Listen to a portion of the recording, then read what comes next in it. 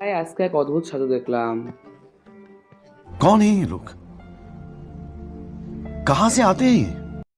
খেলার দিন থেকে শুরু হয়ে গেছে আমাদের বিনগর লালন মেলা। তো আজকে আমি আমার বন্ধুরা চলে এসেছি সেই লালন মেলা দেখার জন্য। ঢুকতেই প্রথমে আমরা সুন্দর ছবিগুলো দেখতে পেলাম। ছবিগুলো দেখতে কিন্তু খুব সুন্দরই লাগছিল। ওই ছবিগুলো সব কিন্তু হাতে আঁকা হয়েছিল।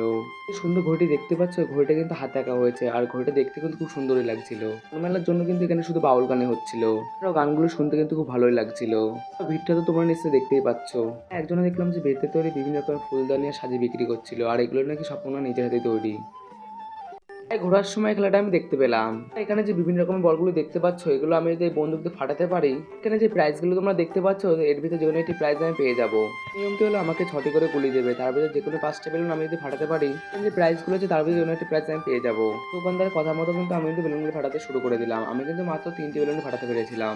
বললো যে ও নাকি সবকটা বেলুনকে ফাটিয়ে ফেলতে পারবে, কিন্তু ও কিন্তু মাত্র একটা বেলুনে কিন্তু ফাটাতে পারলো। আমাদের টাকাটা কিন্তু পুরোপুরি কিন্তু লসই হলো। কিছুক্ষণ ঘোরার পর প্রথমবার আমি মেলায় কোনো কাঠের ফার্নিচারের দোকান দেখতে পেলাম। কাঠের ডাইনিং টেবিল, কাঠের খাটগুলো দেখতে কিন্তু খুব ভালোই লাগছিল। কাঠের তৈরি সোফায় বসে কিন্তু আমার খুব ভালোই লাগছিল। कौन है ये लोग? कहाँ से आते हैं ये? খাদ্যগুলো দেখতে কিন্তু একটু অদ্ভুতই লাগছিল, আর অদ্ভুত বলার কারণটা নিশ্চয়ই তোমরা দেখেই বুঝতে পারছো। মেলার প্রথমের দিকে আর লাস্টের দিকে শুধু কিন্তু বাউল গানই হচ্ছিল। গানগুলো শুনতেও কিন্তু খুব ভালোই লাগছিল। তো আমার মতো কারা কারা ভিন্ন লালন মেলায় এসেছো তারা কিন্তু কমেন্ট করে জানিও।